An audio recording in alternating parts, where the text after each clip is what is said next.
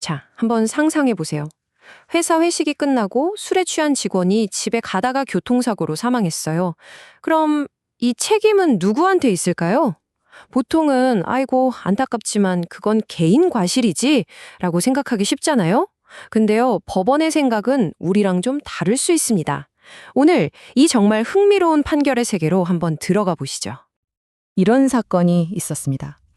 한 배달기사분이 회식이 끝나고 오토바이를 타고 집에 가다가 그만 신호를 위반해서 사망한 거예요. 너무 비극적인 사고죠.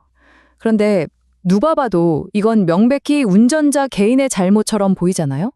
하지만 법원은 그게 아니라고 봤습니다. 도대체 왜 그랬을까요?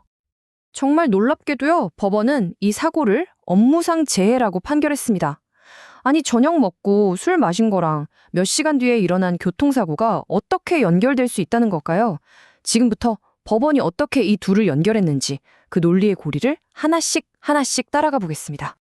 모든 법적 판단은 바로 이 첫 단추에서 시작됩니다. 그날 저녁 식사가 과연 공식적인 업무의 연장이었나 하는 질문이죠. 만약 그렇다고 인정되면 회사의 책임 범위가 사무실을 넘어서 직원의 귀갓길까지 쭉 이어질 수 있거든요. 과연 그 기준이 뭘까요? 법원이 가장 중요하게 보는 개념이 바로 사용자의 지배 관리라는 겁니다.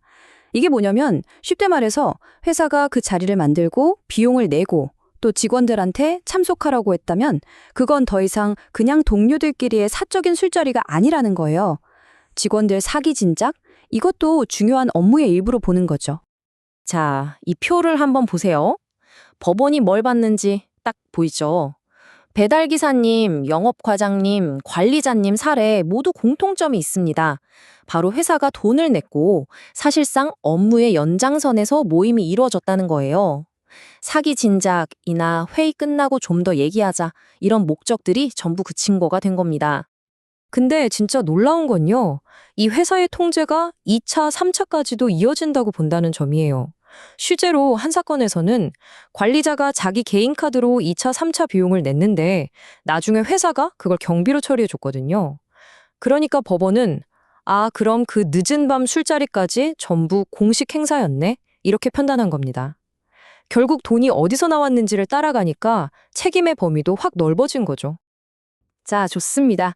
회식이 공식 행사였다는 건 이제 알겠어요. 근데 진짜 궁금한 건 이거죠. 아니, 어떻게 그날 밤 회식이 몇 시간이나 지나서 전혀 다른 장소에서 일어난 사고의 직접적인 원인이 될 수가 있냐는 거죠. 법원이 이 둘 사이에 인과관계라는 다리를 어떻게 놓았는지 한번 보시죠. 바로 이 부분이 핵심입니다. 우리는 보통 아무리 그래도 술은 자기가 알아서 조절해서 마셔야지 이렇게 생각하잖아요. 근데 법원의 시각은 완전히 다릅니다. 회사 회식에서 과음하는 건 온전히 개인의 선택이 아니라는 거예요.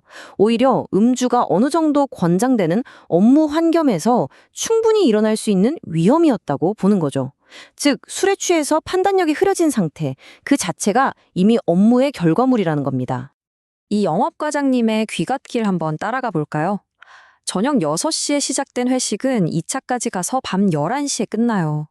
너무 피곤하고 술에도 취해서 지하철에서 깜빡 졸다가 종점까지 가버린 겁니다.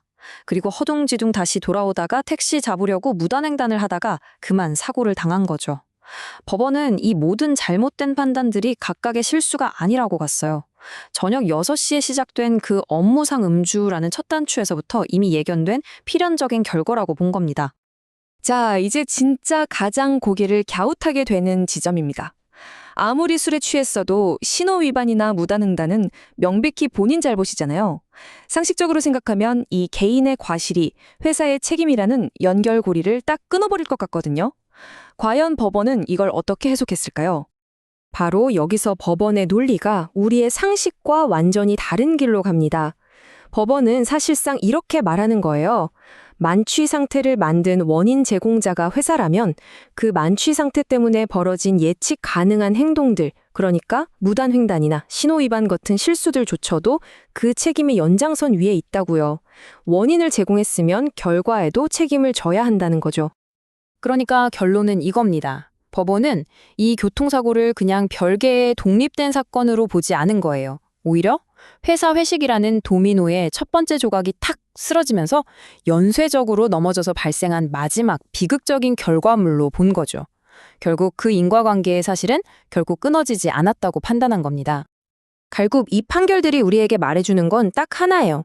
고용주의 책임이라는 그림자가 우리가 생각하는 것보다 훨씬 길다는 거죠. 사무실 문을 나섰다고 퇴근 시간을 넘겼다고 해서 그 그림자가 딱 사라지는 게 아니었던 겁니다. 그렇다면 대체 그 책임은 어디까지 뻗어나가는 걸까요? 자, 그럼 오늘 이야기의 핵심만 딱 짚어볼까요?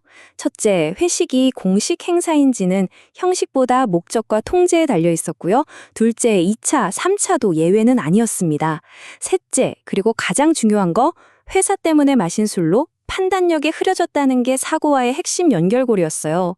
결국 이 말은 직원의 과실조차 회사의 책임 범위 안에 들어올 수 있다는, 어찌 보면 고용주에게는 정말 무서운 메시지를 던지는 판결들인 셈이죠.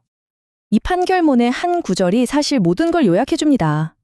근로자가 사용자의 전반적인 지배 관리 하에 있는 상태에서 발생했기 때문에 산업재해로 본다.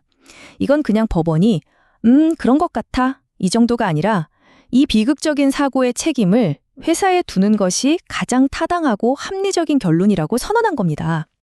결국 이 모든 사례들은 우리에게 아주 근본적인 질문 하나를 던집니다.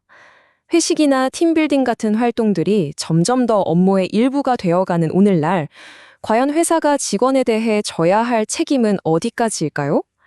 정말 어려운 질문이죠. 오늘 이야기는 여기까지입니다. 들어주셔서 고맙습니다.